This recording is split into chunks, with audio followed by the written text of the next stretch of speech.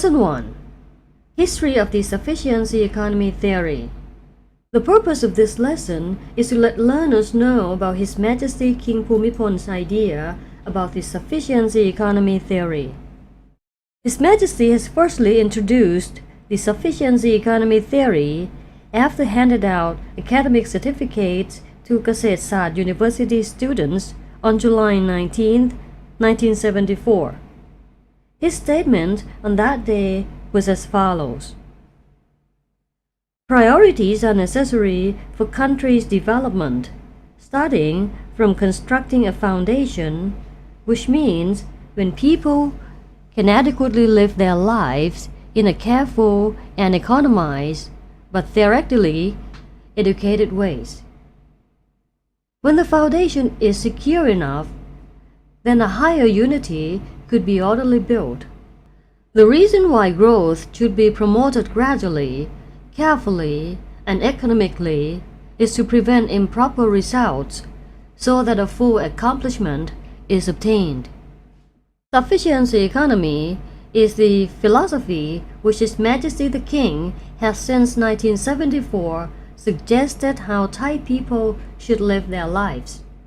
It also includes methods on how Thailand should be developed and governed. His Majesty has emphasized that the development of Thailand should be based on the so-called Buddhism's middle way strategy, a self-reliant and the awareness of how to reasonably get by in a livable way, so that a strong self-protection could be established. The Sufficiency Economy Theory has been used through more than 3,000 of His Majesty's projects, but chiefly among agriculturist groups. This was because people in other sections were either with lack of understanding or misunderstood that the Sufficiency Economy Theory was only about thriftiness or not using money at all. After the economic crisis in 1997, His Majesty has emphasized again that the Sufficiency Economy Theory would not only lead Thailand out of such problems, but that the country could also stay securely sustained under fast changes and globalization trends. Up to that time, people in other sections have started to pay more attention to his theory. During Thailand's 1997 baht crisis, His Majesty has conferred a speech about the Sufficiency Economy Theory as follows. I have never before criticized anyone for not practicing the Sufficiency Economy Theory, but now I have to. If Thailand would not enroll itself into this theory, its economic system would collapse. Here, I do not talk about the basic Sufficiency Economy Theory, since in modern world's enterprise or industry, we could not proceed alone. We need funds gathering so that large projects can be done. An example to this is the Pasak Dam project, which could not be built only by one sector. These things are called an advanced Sufficiency Economy Theory, not the basic one, because it concerns a lot of people and will benefit the whole society.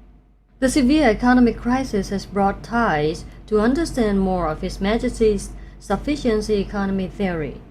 He said that if we depend too much on the outside progress trend, then our own root and foundation would not be reliable. It would be like soap bubbles, and in that kind of situation, the crisis would hit us. This concludes that the Sufficiency Economy Theory is an important principle that the Thai society should stand by. To apply the Sufficiency Economy Theory is to firstly recover our local economic system. His Majesty the King has successfully imbued the idea into his people's acknowledgement by letting the circle of development turn naturally. This is to build perception and interest, following by an evaluation, then experiment, and finally adoption. Awareness. Whenever His Majesty the King visited any of Thailand's regions, he would always talk about the things his people should be aware of. Interest. He also called for the interest in his projects by naming them uncommonly. These names are such as the gambling, literally means monkey cheeks, which is a flood management system. The Glang Din, literally means playing a trick on soil, which is a soil treatment project in Narathiwat province. The Sentang Glua, literally means salt root, which is a project deals with goiter. The Nam Di Lai Nam Sia, which means good water expels polluted water, or the water dilution project. His Majesty would explain each project delicately to make them quick and easy to understand for the public. Evaluation.